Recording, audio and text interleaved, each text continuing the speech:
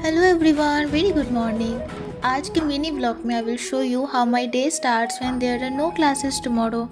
तो last night ऐसे ही फ़ोन स्क्रॉल करते करते स्लेप्ट और मोबाइल स्विच ऑफ हो गई थी। आज का 8 बजे अलार्म दी थी बट मैं उठी कब 10 बजे।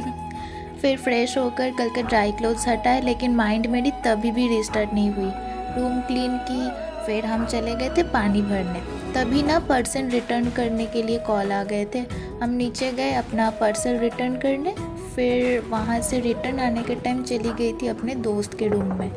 वहाँ से उसके बालकनी का व्यू देखी जो बहुत ही अच्छा है। बात करते करते पता चला ये 4 बजे तक कार्ड्स खेल रही थी।